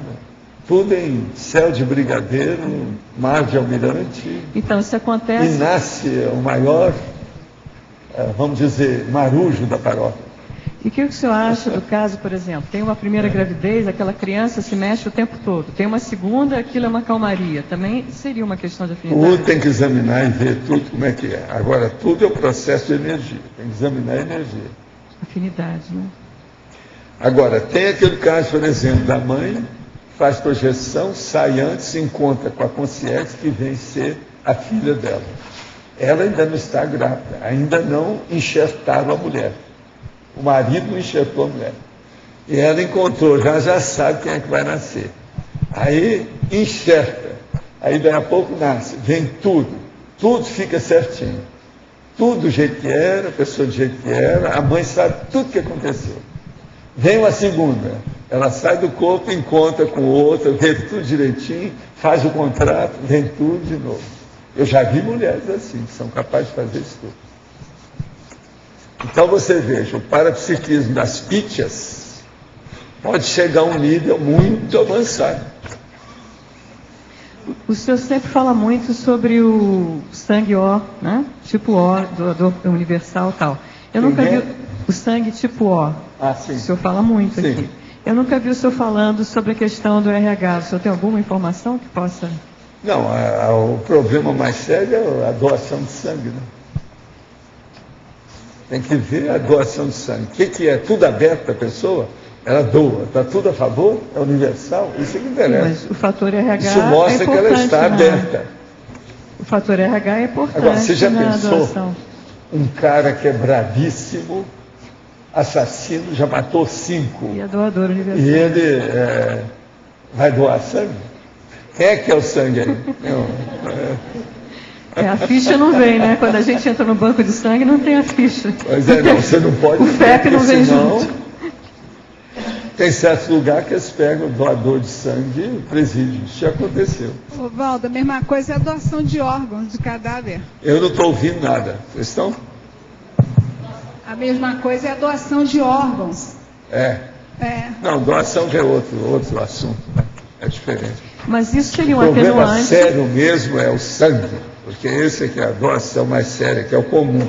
Mas isso não seria um atenuante para aquele criminal que doou o sangue ou não? Ser atenuante como? Escuta, eu falo. Atenuante. Atenuante de quê? Não sei, de repente ele está querendo doar o sangue, não atenuaria alguma coisa da... Não, o que eu quero dizer é o seguinte, quando a pessoa já tem uma doação geral, é que a energia dela já está toda caminhando para a mega fraternidade, é isso que eu quero dizer. E mais tarde vai caminhar para isso que nós chamamos, essa hipótese das dragonas. Outra coisa, macrosoma. Vocês se viram, vamos estudar isso, o processo tudo é hipótese. Hipótese tentativa para todo mundo estudar. Está tudo aí para a pessoa ver o que é. Eu desejo a muita gente aqui as dragonas parapsíquicas possíveis, os macrosoma melhores do mundo, que seja doadores universais de sangue, de tudo, que tenha self para microchip de todo tipo. Você está entendendo? E o que mais que eu vou falar? E outra coisa, que sejam lindérrimos, lindos. Quer dizer, o que mais? Tem mais alguma coisa? E endoconsistentes. E configuração para com isso eu lavo minhas mãos. Aqui, não tem mais nada a oferecer para vocês. Não tem mais jeito. Não, mas o endoconsistente, com tudo isso, ao que é que já... Hein?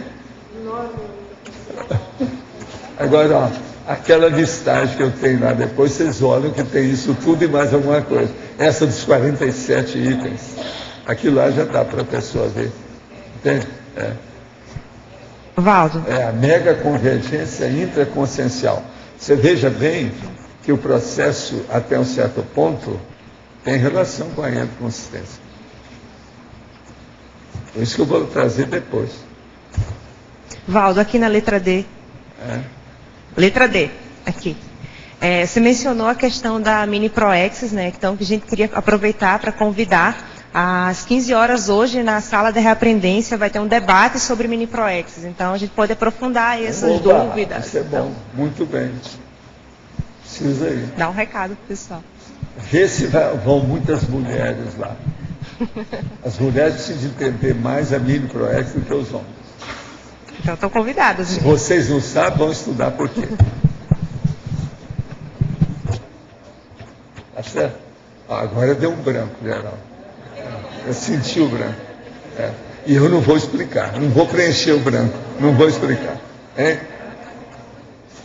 Não, porque nunca se sabe, né? É o processo da maternagem. Nunca se sabe. Homem sempre se sai bem dessa. Esse negócio de dar esperma é a coisa mais fácil que tem, dar espermatozoide. Negócio facílimo. Agora, passar por dentro da pessoa uma consciência não é fácil. Por exemplo, experiência de quase morte, o túnel, com a luz, aquilo não é nada. Agora o negócio é receber alguém. Por exemplo, comer ambrosia, o negócio entra, sai. Tem sempre uma entrada e tem uma saída, isso é fácil. Agora, a entrada e a saída de gente é a mais braba que tem. O meu amigo falava, uma coisa é a pessoa fazer uma exoneração intestinal. Outra coisa era fazer a exoneração de um tijolo. Não, a raciocínio só é essa do tijolo. Valdo. Vocês pensem bem nessa, olha só, caracteriza o processo, como é difícil. As mulheres são os animais mais sacrificados da Terra. Conclusão lógica. Por isso que toda mulher, para mim, é superior às flores.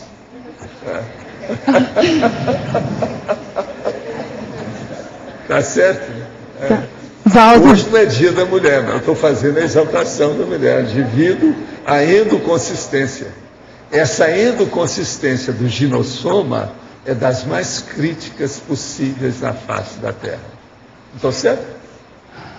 Pode falar. Valdo, eu queria colocar que eu hoje estou aqui há 1 mês e 2 dias. Eu quero agradecer, assim, sinceramente, a tudo e a todos o que vocês estão... Você não precisa agradecer, porque o seu sorriso durante o mês potencializou o ontem sendo-se. Todo lado ela sorriu aqui. Ela é fora de série. Obrigada. Muita energia.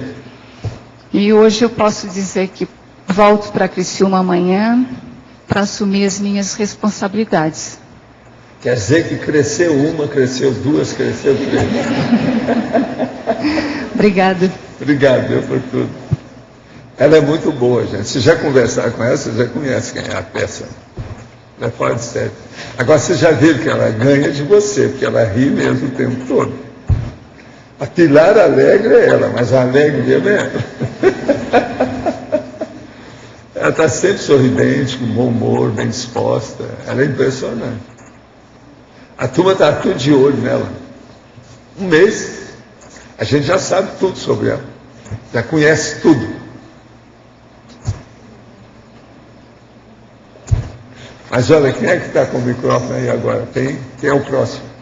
Tem mais alguém? Como é que nós estamos? Está tudo endoconsistente? Está no horário dela. 2 horas e meia. Pode falar. Professor Valdo, no momento que a pessoa está passando por a crise de crescimento ali, que é o momento para ela alavancar uma reciclagem, a endoconsistência fica de certo, como é que atua porque há uma se ela tem endoconsistência, ela tem mais infraestrutura para suportar e vencer a crise de crescimento em menos tempo, com mais eficácia. Se ela não tem endoconsistência, ela vai ter dificuldade. Aí vai depender do alcance, da profundidade, da extensão dessa crise de crescimento na vida dela. A endoconsistência aprimora, fortalece, potencializa, melhora as reações positivas da pessoa perante os percalços, vicissitude, adversidade, problema, você está entendendo? Impasse, uma questão mais séria, crítica, um problema um dilema na frente dela. Então, se a pessoa tem endoconsistência, ela é mais senhora de si, ela tem mais posicionamento, ela sabe o que quer. Então, a relação mais séria de uma coisa com outra é essa. Você entendeu o nível? Sim. A endoconsistência é o embasamento do micro-universo consciencial da pessoa. E a construção dessa endoconsistência, quer dizer, a solidificação, ela passaria, tem ali pelo trinômio, onde fala da endoconsistência, autoconfiança e heteroconfiabilidade. Então, essa construção, esse gradual, para chegar nisso. Você veja bem, a endoconsistência é o processo da consistência endógena. Agora, aqui no caso, não é bem endógena, é a paraendógena. Quer dizer, o processo é holossomático. Você lá, com um problema todo da consciência e da conscienciometria, você entende o que eu estou falando. Agora, então, é a paraendogenia do problema dela, que vai mexer na autoconfiança. Essa autoconfiança é que vai dar a autossuficiência, o equilíbrio e a harmonia íntima da decisão dela. É aquela pessoa que pensa, raciocina e reflete sobre aquele assunto, mas ela dorme à noite, ela não fica com insônia. Agora, a heteroconfiabilidade é aquela pessoa, então, que através do discernimento dela, a partir dessa endoconsistência, ela vai conhecer mais as pessoas e saber em quem ela confia, por que ela confia, quando e até quando ela confia. Então, com isso, as coisas melhoram. Então, essa heteroconfiabilidade tem que começar primeiro da pessoa para com os outros, para depois você ter confiança com a pessoa. Então, essa hetero, ela é interconsciencial, você está entendendo? Sim, sim. E eu tinha pensado... Agora, então é a outra pessoa perante você, mas para isso, em primeiro lugar, é preciso ver quem é que são suas companheiras. Você escolhe quem como amizade pura, íntima. Isso tudo é muito importante. Agora, essa endoconsistência, ela define a qualificação das amizades que você escolhe. Quanto mais equilíbrio você tem dentro de você, maior equilíbrio terá você para fazer a seletividade, a triagem das companhias com quem você vive. Eu estou falando isso das companhias novas. Eu não estou falando das companhias antigas. Por exemplo, a família nuclear é a família antiga. Sim, sim. São os amores antigos que você traz através dos séculos. Agora, vamos ver, são os novos. São aqueles liames, os laços ou enlaces que você está começando a articular e a tricotar, crochetar. Você está crochetando agora, dando os pontos com a nova turma. E outra coisa, todo mundo aqui está em nova crochetagem, nova tricotagem. O tricô é outro, divide o curso intermissivo. Então, por exemplo, tem gente aqui que vocês não encontram há 1.500 anos, há 15 séculos.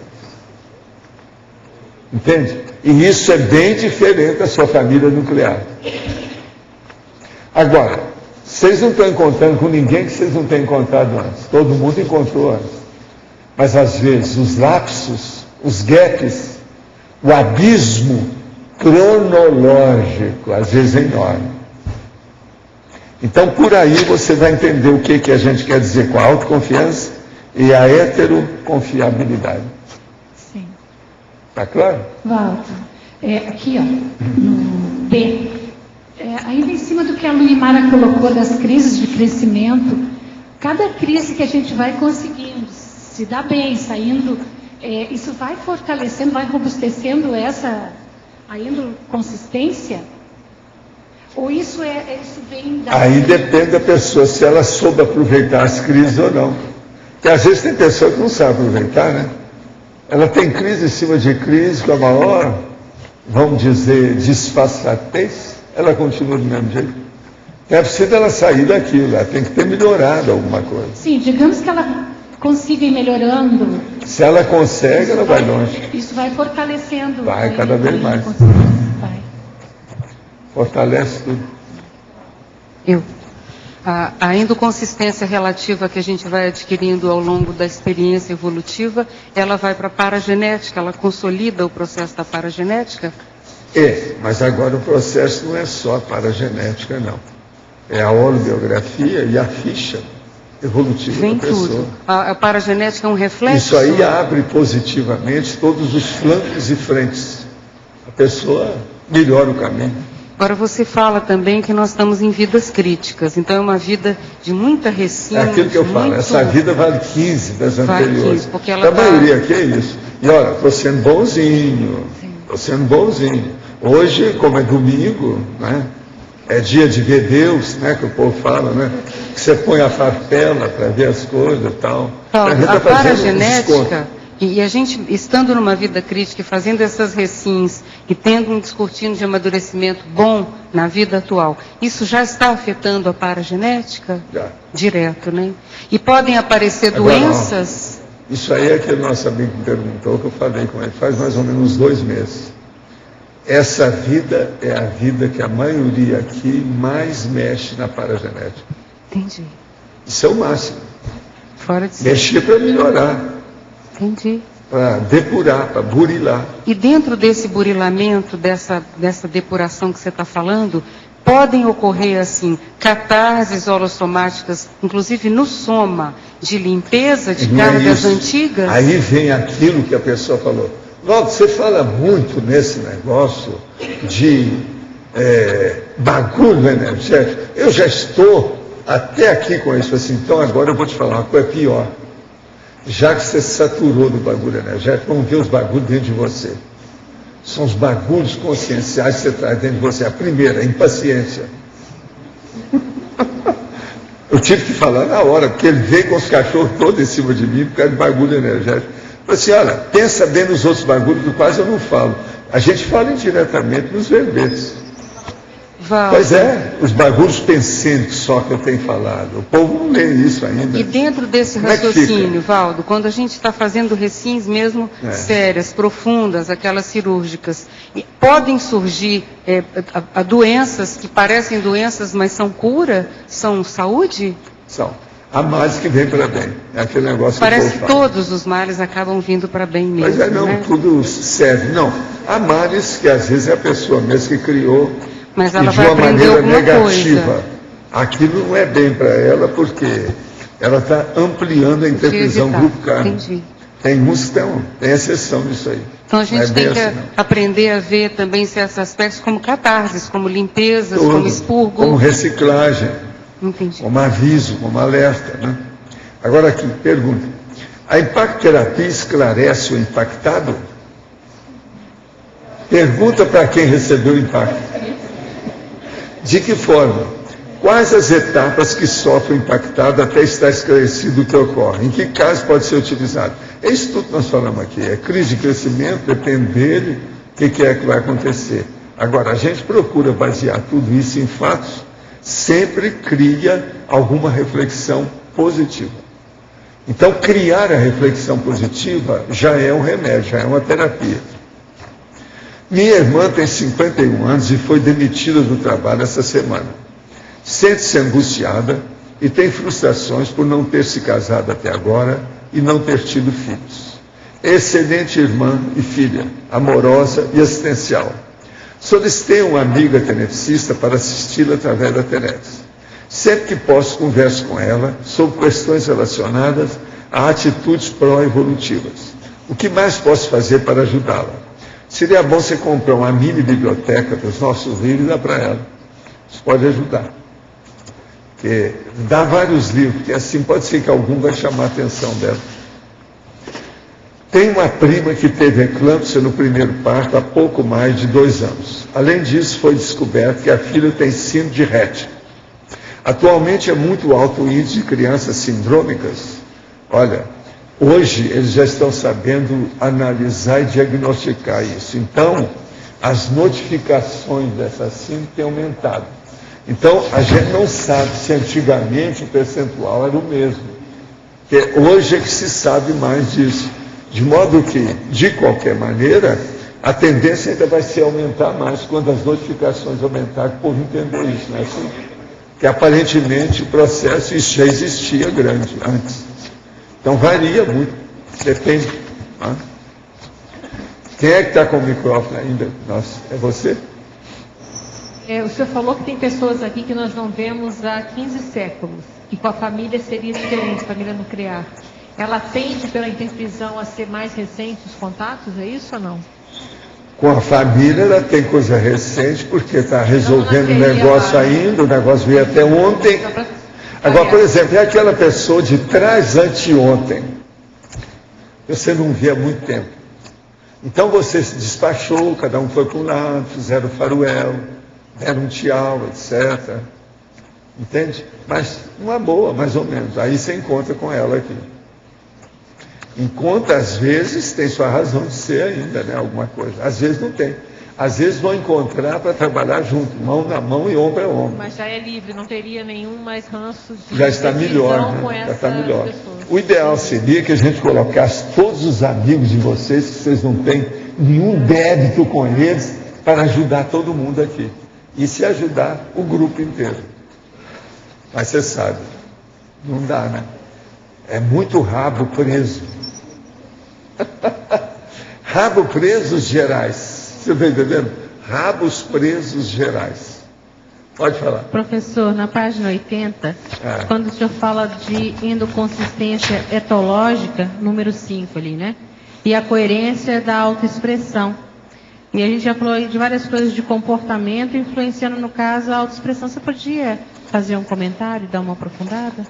O problema todo é o seguinte, a etológica é devido ao comportamento, à conduta da pessoa. Então ela tem, primeira coisa, ela tem que ter uma coerência daquilo que ela expressa. Porque a conduta, antes de mais nada, ela começa pela conversa. Se você for tentar na prática. Então a pessoa, por exemplo, às vezes conversa por telefone, já é uma conduta, ela está agindo. Através do e-mail, ela está agindo. Então a autoexpressão é necessário ter muita coerência naquilo que a gente é. Uma pessoa é uma personalidade no e-mail, e a outra, na hora que ela vai falar aqui para o público, isso está errado. Ela tem que confirmar aquilo que ela é no e-mail, e o e-mail tem que confirmar aquilo que ela é perante o público. Isso é que é a coerência.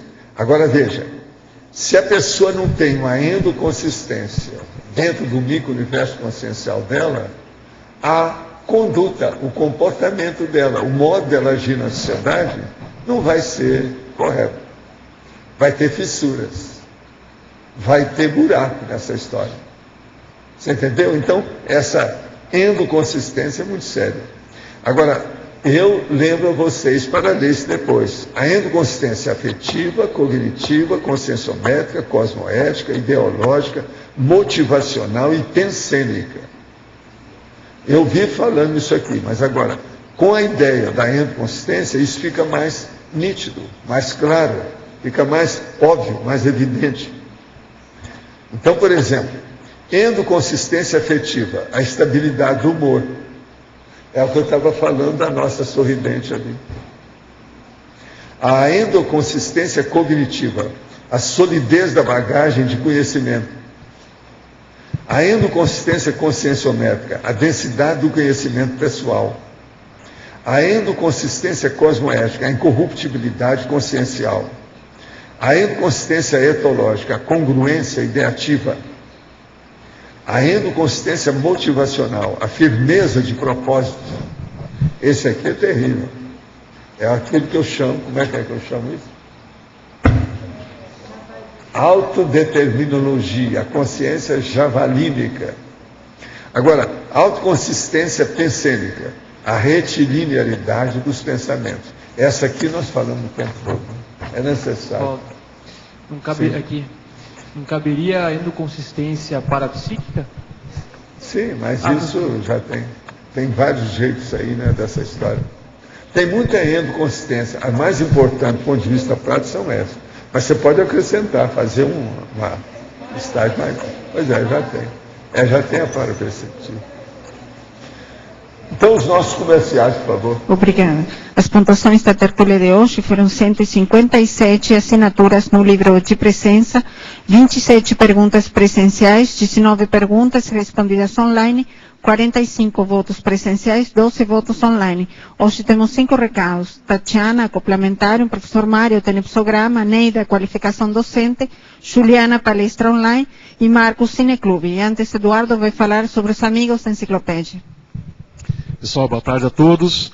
Lembrando então, gente, que no próximo domingo, no dia 20 de fevereiro, encerra o nosso prazo para que vocês possam pegar os seus convites para o jantar do dia 8 de março, o jantar dos amigos da enciclopédia. Então você que está fora de Foz do Iguaçu, pode enviar um e-mail para amigos@enciclopediadaconscienciologia.org e confirmar sua presença no jantar. O convite propriamente você pega aqui em Foz do Iguaçu no dia 7, no dia 8, quando você estiver por aqui. E quem é aqui de Foz do Iguaçu pode pegar os convites aqui no hall do tertuliário com os professores Fernando Barbaresco e Eliane Manfroy, tá ok? Então ficam todos convidados. Lembrando que hoje o nosso número é 320. Nós temos 320 amigos da enciclopédia. Obrigado. Pessoal, boa tarde a todos. Eu estou aqui com o professor Frederico Ganem para divulgar o próximo curso acoplamentário, que ocorrerá na próximo fim de semana. O tema desse acoplamentário vai ser ectoplasmia, e o professor agora vai fazer um convite a vocês aí. Bom, gente, queria convidar a todos. Aí nesse final de semana, próximo final de semana, teremos o acoplamentário junto com o professor Moacir Gonçalves.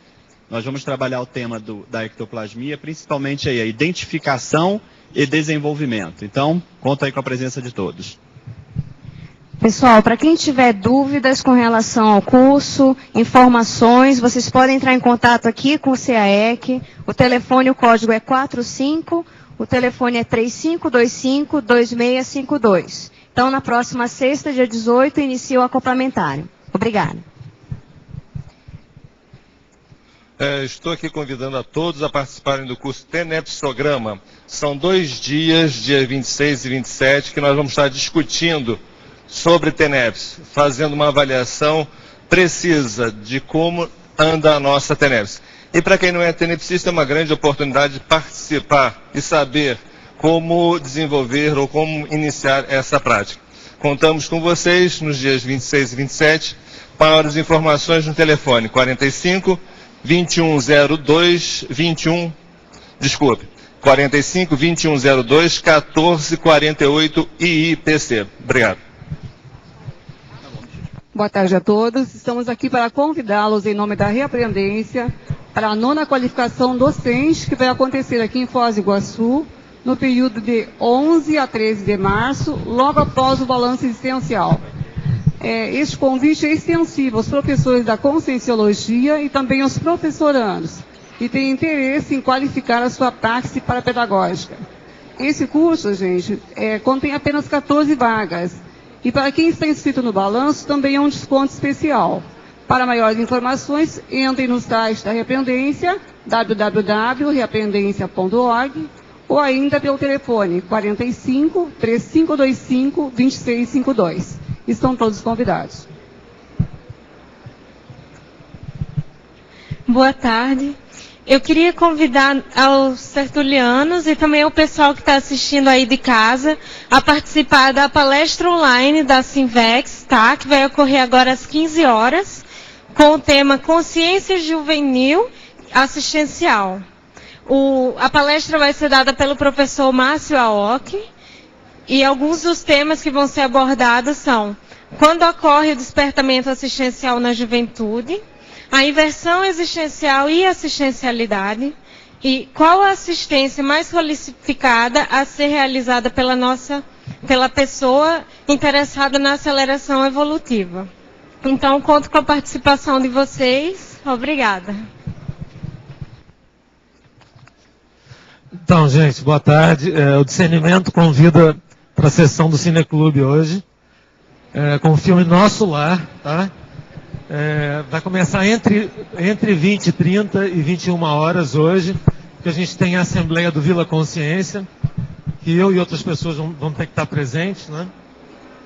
Então a gente pede um pouco de calma, a gente conta com a presença de todo mundo, porque o campo que a gente vai montar, eu estou vendo desde ontem isso aí, vai ser importante sim para a assistência do pessoal que está em Comuninex mais atrasadas ainda um pouco. E eu peço também que todo mundo leve, se puder, né, alguma bebida ou alguma comida, tá? Que é possível que não tenha pipoca hoje. Por causa dessa coisa da Assembleia, vou tentar chamar o Chico, né? Que é o nosso pipoqueiro mestre.